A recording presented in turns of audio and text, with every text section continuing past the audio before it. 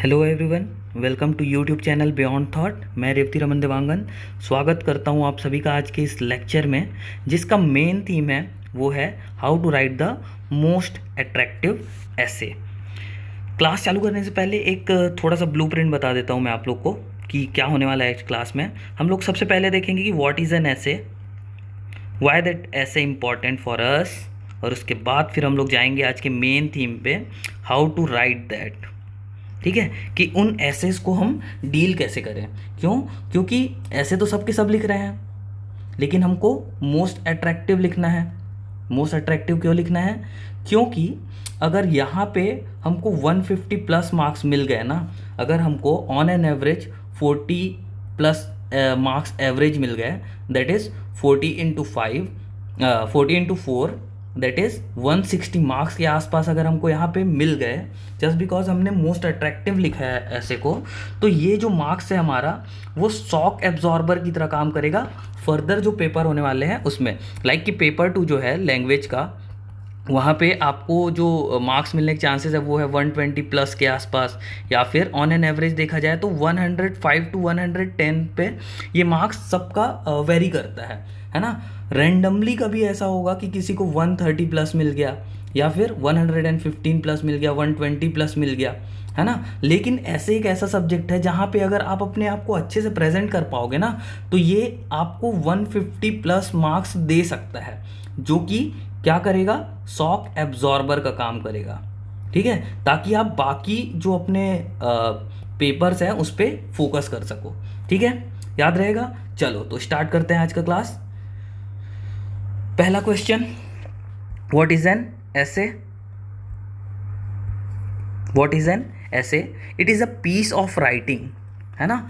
ये एक piece of writing है, मतलब हमको किसी टॉपिक के बारे में एक समरी लिखना है। मान के चलते हैं कि बहुत सारी चीज़ें होती है लिखने के लिए, लेकिन हमको समरी में लिखना है। क्या लिखना है उस समरी में?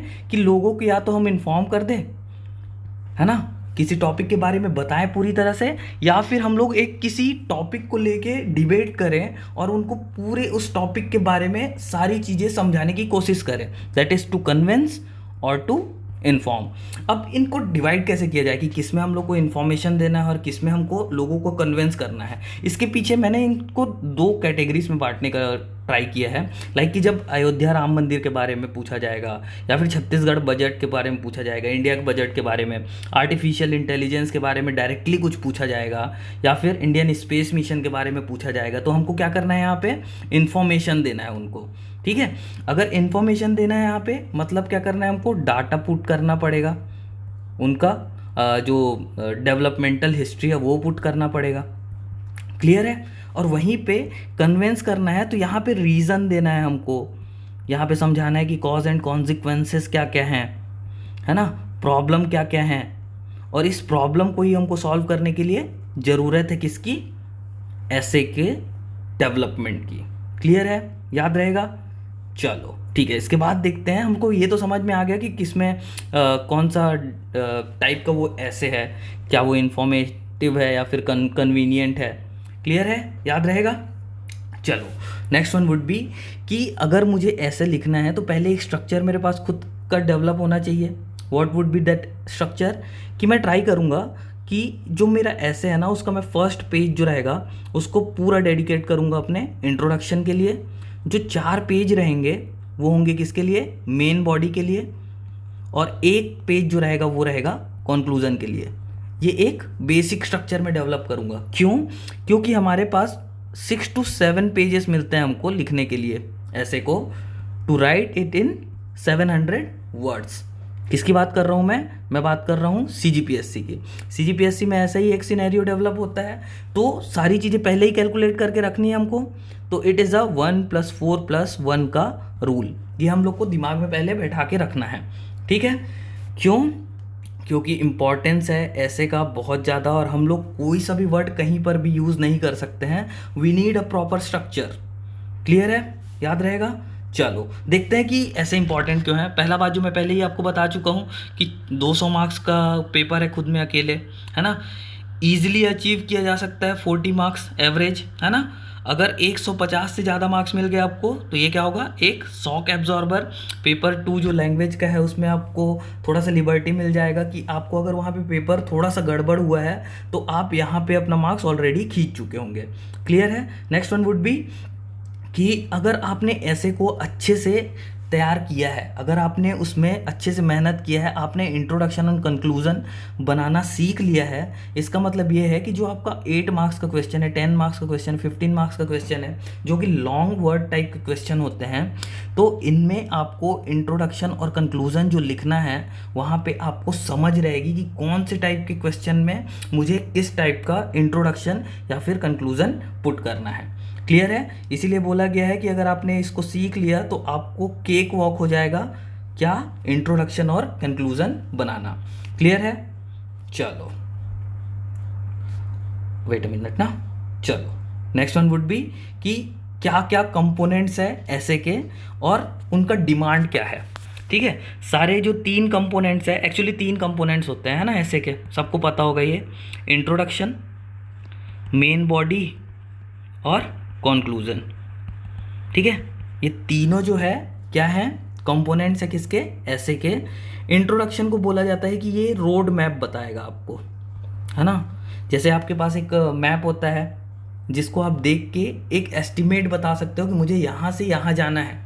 क्लियर है। तो जो इंट्रोडक्शन है ना वो आपका पूरा ऐसे का वही रोड मैप है, वो पूरा आपके ऐसे को ब्रीफ में समझाने का कोशिश करेगा। ठीक है।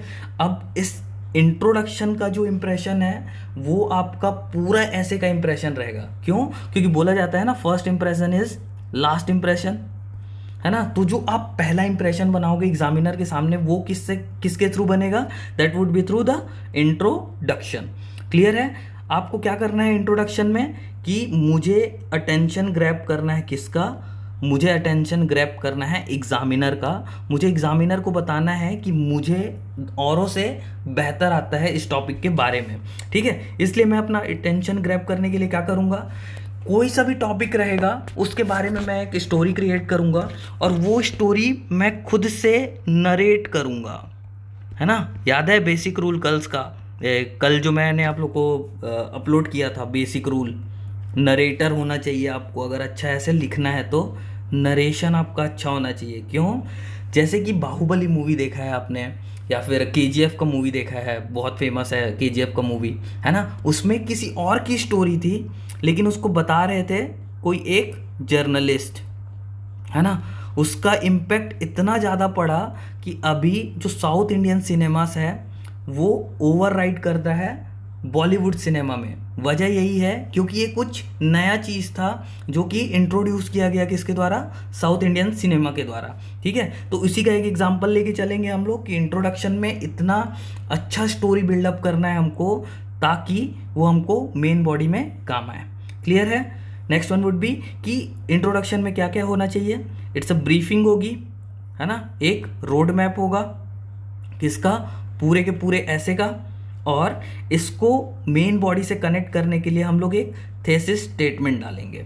थेसिस स्टेटमेंट का मतलब क्या होता है कि मुझे एग्जामिनर को बताना है वहाँ पे कि मैं आगे किस चीज़ के बारे में बात करने वाला हूँ। लाइक कि अगर स्टोरी में मैंने क्या किया, like there was a question ऐसे on one nation one election, मैं इंट्रोडक्शन में क्या करूँगा, एक स्टोरी बिल्डअप करूँगा। वो स्टोरी क्या होगा कि 2 कैरेक्टर होंगे, एक किड है एंथुजियास्टिक 7 साल का बच्चा और एक उसके ग्रैंडफादर है।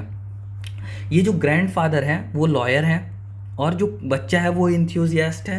मतलब क्या है कि वो बहुत ज़्यादा उत्साही है जानने के लिए किसको, कि जो न्यूज़ चैनल में एक बात हो रही है वन नेशन वन इलेक्शन को लेके, तो वो क्या है ना।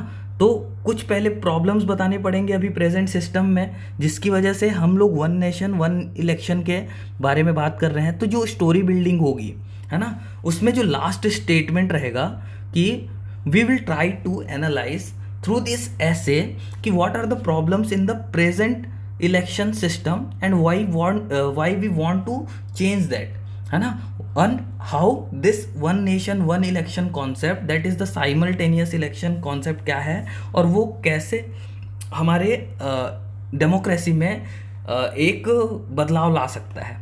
क्लियर है? ये बात किस में होगी? इंट्रोडक्शन में। ये होगा हमारा थेसिस का स्टेटमेंट। क्लियर है? अब बात आएगी मेन बॉडी का। तो मेन बॉडी को हम लोग को कितने पेजेस में पहले डिवाइड करना है? It would be on 4 pages. ठीक है। अब इसका शुरुआत कैसे होगा? जस्ट बिकॉज कि हमने एंड किया है थेसिस स्टेटमेंट पे, हमने एक क्वेश्चन थ्रो किया है कि क्या क्या प्रॉब्लम है और क्या है साइमल्टेनियस इलेक्शन, तो हम स्टार्ट कैसे करेंगे? पैराग्राफ फॉर्म में बता के कि हमारे जो इलेक्शन सिस्टम है, प्रेजेंट इलेक्शन सिस्टम है, उसमें कुछ प्रॉब्लम्स है, लाइक कि पैसे ज़्यादा खर्चे होते हैं, पावर और मनी का कॉन्सेप्ट आ जाता है, हमारे पास ऑफिशियल्स कम है ना। तो ये सारा प्रॉब्लम कौन सॉल्व कर देगा? Simultaneous election. तो what is the simultaneous election? That is paragraph के थ्रू स्टार्ट होगा। अब उसके बारे में आप जब बात करोगे, that should be on the bullet point. Bullet point कैसा होगा? सब हेडिंग्स, कि साइमल्टेनियस इलेक्शन हमको बेनिफिट कैसे दे रहा है, दैट इज द एडवांटेज कैसे दे रहा है अभी प्रेजेंट जो अपना इलेक्शन सिस्टम है उसके ऊपर। क्लियर है? याद रहेगा?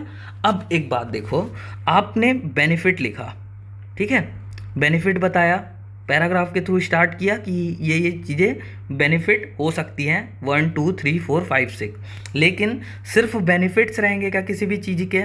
नो। इसके लिए आपको जो अगला पैराग्राफ है उसमें शो करना है कि although we have benefit of this this this, लेकिन कुछ चैलेंजेस है ना। जो बुलेट पॉइंट खत्म होगा उसके बाद आप चैलेंजेस को लाओगे, जो कि रहेगा डिसएडवांटेज।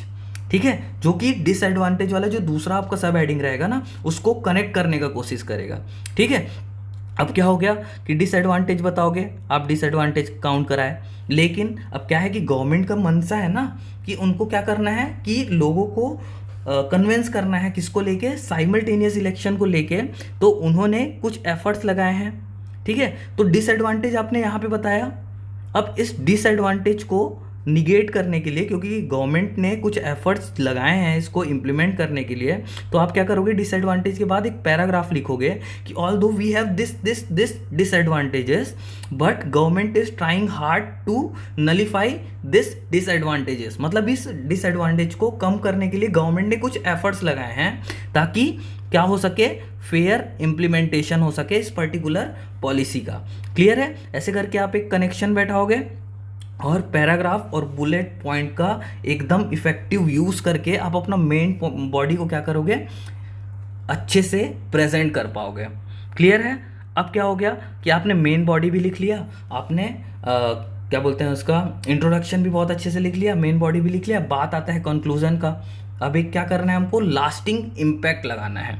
लाइक अब पॉलिटी का पेपर है, तो पॉलिटी का जो ऐसे है वो बिना बाबा साहब अम्बेडकर के कैसे कंप्लीट हो सकता है, या फिर बिना किसी को कोट किए कैसे कंप्लीट हो सकता है ना। जस्ट बिकॉज कि ये एक कोटेशन बेस्ड अप्रोच है, बड़ी बड़ी पर्सनालिटीज इससे जुड़ी हुई है, इसलिए हमको एग्जामिनर के दिमाग में एक लास्टिंग इम्पैक्ट छोड़ना पड़ेगा। ठीक है, वो लास्टिंग इम्पैक्ट कैसे लगेगा कि हम BR अम्बेडकर साहब को कोट कर देंगे, या फिर किसी बड़े पर्सनालिटीज़ को, या फिर मैकियावेली को कोट कर दिया कि उनका बोलना था कि although we have this election system, but in future just because we have constitution that is flexible, rigid नहीं है। हमारा जो कॉन्स्टिट्यूशन है वो एकदम कड़ा नहीं है, इसमें बदलाव की गुंजाइश है, इसलिए पार्लियामेंट को पावर दिया गया है कि वो सारी चीज़ों में थोड़ा थोड़ा बदलाव ला सकते हैं। लेकिन ये जो बदलाव है वो सिर्फ पॉलिटिकल विल पे नहीं होना चाहिए, ये एक ट्रू लेटर एंड स्पिरिट को लेके बढ़ावा देना चाहिए, जिससे क्या हो सके? सबका साथ सबका विकास। क्लियर है? या फिर हम लोग यूनिटी इन डाइवर्सिटी में बिलीव कर सके, या फिर इसके अलावा और क्या हो सकता है कि हमारे जो इंडिया है वो इंटीग्रिटी, सोवरेनिटी, इसकी रक्षा के लिए हमको ये कदम उठाए जा सकते हैं। We are hoping to celebrate this democracy का फेस्टिवल। क्लियर है? समझ में आ रहा है? चलो अब देखो, ये लास्टिंग इम्पैक्ट इसलिए लगाना है, लाइक जो बाहुबली में किया गया था कि उन्होंने एक लास्ट में स्टेटमेंट छोड़ दिया कि आखिर कटप्पा जो मामा थे बाहुबली के, उन्होंने बाहुबली को क्यों मारा, है ना। ये सोच के हम लोगों ने उस पर्टिकुलर मूवी को बहुत ज़्यादा हाइप दिया, क्यों? क्योंकि उस मूवी ने हमारे ऊपर एक लास्टिंग इम्पैक्ट डाला था। किस बेसिस पे? कि आखिर बाहुबली ने कटप्पा को क्यों मारा। तो ऐसे ही अगर एग्जामिनर को मुझे लास्टिंग इम्पैक्ट देना है तो उनको कुछ स्टेटमेंट थ्रो करना पड़ेगा ताकि वो सोचे। क्लियर है? आखिर सलार मूवी में जो दो दोस्त थे वो एक दूसरे से दुश्मन क्यों बन गए, ये भी एक अलग एग्जाम्पल है एक लास्टिंग इम्पैक्ट बनाने के लिए, ताकि अब जो लोग हैं जिन्होंने सलार का फर्स्ट पार्ट देखा है वो अब क्या करेंगे, दूसरा पार्ट भी देखेंगे। Same goes with the KGF, है ना। ये सारी ऐसी मूवीज़ है जिनमें एक लास्टिंग इम्पैक्ट डला था, जिसकी वजह से उनका जो सेकंड पार्ट है वो फर्स्ट पार्ट से क्या हुआ, ज़्यादा फेमस हुआ। क्लियर है? मतलब अगर आपने पहले ऐसे में ऐसा कुछ क्रिएट करके दे दिया एग्जामिनर को, तो जब वो सेकंड ऐसे पे पहुंचेगा ना तो आपके लिए उसका ऑलरेडी एक इमेज बन चुका है ना। तो अगर मान लो आपने फर्स्ट ऐसे में 38 मार्क्स मिला है तो आपको सेकंड ऐसे में 40+ मार्क्स मिलेगा। अब मान लो कि आपने एक के बाद दूसरे ऐसे में ऐसे ही एक लास्टिंग इम्पैक्ट देते गए, तो वो क्या होगा कि लास्ट जाते जाते जब आप फोर्थ पे पहुंचोगे तो you might get 44+ marks. Clear है? याद रहेगा। और ये सारी चीज़ें मैं बेवजह नहीं बोल रहा हूँ, है ना। इसके पीछे कुछ फैक्ट्स हैं, कुछ एक्सपीरियंस है और कुछ गाइडेंस है। क्लियर है? तभी ये सारी चीज़ें बता रहा हूँ, बेवजह की बातें नहीं है। अगर आपको इसको ट्राई करना है, आप अपने टेस्ट सीरीज़ में एक बारी बस इस ऐसे पे काम करके देख लो, आप लिख के उनको सबमिट करके दे दो, आपको खुद समझ में आ जाएगा कि वेदर दिस थिंग वर्क्स और नॉट। क्लियर है? अब देखो हमारे पास अलग अलग टाइप के एसेस हैं। क्लियर है? ऐसा नहीं है कि ए से एक ही है, अलग अलग टाइप के हैं। तो उन अलग अलग एसेस को कैसे डिवाइड किया जाए, उनका क्या अप्रोच सेम रहेगा या फिर उनका अप्रोच अलग अलग रहेगा, है ना। तो इस हिसाब से मैंने 8 अप्रोच बनाए हैं। ये 8 अप्रोच को मैं बोलता हूँ ऑक्टोपस अप्रोच। क्यों? क्योंकि 8 अलग अलग टाइप के हैं और ऑक्टोपस के पास 8 हाथ होते हैं, दैट इज़ 8 वे से वो चीज़ों को पकड़ सकता है। क्लियर है? तो हम क्या करेंगे, देखते हैं कि क्या क्या अप्रोच होता है। First approach is chronological approach. मतलब क्या है कि अगर क्रोनोलॉजी की बात की जाए तो जैसे हमारे होम मिनिस्टर ने बोला था कि क्रोनोलॉजी समझो आप, है ना, कि पहले क्या आएगा, NPA आएगा, उसके बाद नेशनल पॉपुलेशन रजिस्टर आएगा, उसके बाद NRC का इम्प्लीमेंटेशन होगा, उसके बाद क्या होगा, CAA की बात होगी। क्लियर है? मतलब हिस्टोरिकल डेवलपमेंट, एक के बाद दूसरी चीज़ें कैसे डेवलप होगी, that would be the chronological developmental approach. ये कैसे टाइप के ऐसे में काम आएगा जहाँ पे हम लोग को हिस्ट्री को रिलेट करना है। क्लियर है? Second one would be the comparative approach. अब कंपेरेटिव अप्रोच का मतलब क्या होता है कि 2 पर्टिकुलर टॉपिक दिए गए हैं, है ना, उसके बारे में हम लोग को क्या करना है, उनका एनालिसिस करना है या फिर उनके बारे में बात करनी है कि क्या इसमें पॉजिटिव है, क्या इसमें नेगेटिव है। That would be the comparative approach. Clear है? Third one would be the cause and effect approach, कि किसी घटना का इफेक्ट है अभी के टाइम पे जो चीज़ें हो रही है ना, कि कुछ बैकग्राउंड है उसका हिस्ट्री को लेके और उसका जो इफेक्ट है वो क्या है अभी प्रेजेंट में जो हो रहा है। ये कैसे टाइप के ऐसे में होगा, लाइक कि रसिया यूक्रेन का वॉर और इजराइल पैलेस्टीन का वॉर, या फिर इंडो चाइना का वॉर, इंडो पाकिस्तान का वॉर। इस पे क्या हो रहा है, कॉज इफेक्ट रिलेशनशिप है। क्लियर है? Next one would be the problem solution का approach. Like there were classes, कैसे क्लासेस, डिप्राइव्ड क्लास है ना। डिप्राइव्ड क्लास का मतलब जिनको सभी सुविधाएं नहीं मिली है ना, डाउन ट्रोडन सेक्शन है या फिर ओल्ड एज्ड सेक्शन है या फिर ट्राइबल सेक्शन है जो कि रिमोट एरिया पे रह रहे हैं, उनको लेके कुछ प्रॉब्लम्स है ना। उनके पास क्या चीज़ है, अफर्मेटिव एक्शन सही से पहुंच नहीं पा रहा है, इनिशिएटिव का सही से इम्प्लीमेंटेशन नहीं हो पा रहा है, इसलिए वो लोग अपने लाइफ में आगे नहीं बढ़ पा रहे हैं। That was the problem. और उसका सॉल्यूशन कि गवर्नमेंट ने इसको कम करने के लिए क्या क्या सॉल्यूशन इस्टेब्लिश किए हैं। ठीक है, ये कौन सा अप्रोच है, प्रॉब्लम सॉल्यूशन का approach. Fifth one would be the thematic approach. Theme जैसे कि स्पोर्ट्स हो गया, इसके अलावा हेल्थ का हो गया, एजुकेशन को लेके हो गया, ऑर्गेनाइजेशन को लेके हो गया, है ना। इसमें एक अप्रोच होता है, उसको हम लोग क्या बोलते हैं, थीम बेस्ड अप्रोच। उसमें जो थीम रहेगा उसको लेके मैनिफेस्ट करना है हम लोग को अलग अलग सिचुएशन में कि वो जो थीम है कैसे क्या पॉजिटिव दे रहा है, क्या निगेटिव दे रहा है या फिर कोई इफेक्ट ही नहीं पड़ रहा है, इसको एक्सप्लोर करेंगे। क्लियर है। 6th one would be the augmentative approach. मतलब क्या है, ऑगमेंटेटिव नहीं, आर्ग्यूमेंटेटिव अप्रोच। मतलब किसी चीज़ के बारे में हम लोग उस एविडेंस देंगे, रीज़न देंगे, और फिर उसको नेग्लेक्ट करने का कोशिश करेंगे या फिर उसको हटाने का कोशिश करेंगे थ्रू काउंटर आर्ग्यूमेंट। लाइक जैसे कि आप लोगों ने ज्योग्राफी में पढ़ा होगा कि there was a nebular hypothesis. ठीक है, उस नेबुलर हाइपोथेसिस को हटाने के लिए एक और दूसरा हाइपोथेसिस आया, है ना, जिसमें क्लाउड का यूज़ किया गया। समझ में आ रहा है। या फिर सी फ्लोर स्प्रेडिंग था, या फिर प्लेट टेक्टोनिक का थ्योरी था, कॉन्टिनेंटल ड्रिफ्ट थ्योरी था। ये एक दूसरे से क्या कर रहे हैं, कुछ रीज़न दे रहे हैं, है ना, उसके बारे में कुछ एविडेंस लेके आएंगे, और उसके बाद उसको हटाने के लिए एक दूसरा थ्योरी आएगा जो कि उसको काउंटर आर्ग्यूमेंट देगा। क्लियर है। 7th one is quote based approach. Quote based approach का मतलब क्या करना है हम लोग को, कोई सा एक पर्टिकुलर कोट दे दिया गया, लाइक कि महात्मा गांधी ने बोला था कि an eye for an eye makes the whole world blind. मतलब क्या है, एक आंख के बदले आंख पूरी दुनिया को अंधा बना देती है। ठीक है, ये एक कोट बेस्ड अप्रोच है। कोट बेस्ड ऐसे है, तो इसको ओपन करने के लिए भी हम लोग को कोटेशन से कोटेशन अनफोल्ड करना पड़ेगा। क्लियर है। अब जब स्टार्ट कोटेशन से होगा तो लास्ट भी कोटेशन से ही करना है। ठीक है, क्यों?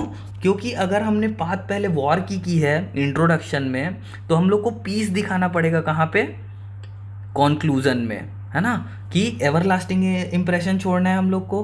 तो हम लोग क्या बोलेंगे कि सर्वे भवन्तु सुखिनः, सर्वे सन्तु निरामया, सर्वे भद्राणि पश्यन्तु, माँ कश्चित् दुख भाग भवेत्। ऐसे करके हमने एक कोटेशन डाल दिया किसमें, लास्ट कंक्लूजन में, जस्ट टू शो कि सारे के सारे लोग खुश रहें, तब हमारा जो देश है, हमारा जो पूरा कंट्री है, पूरा का पूरा अर्थ है, वो ग्रो कर सके।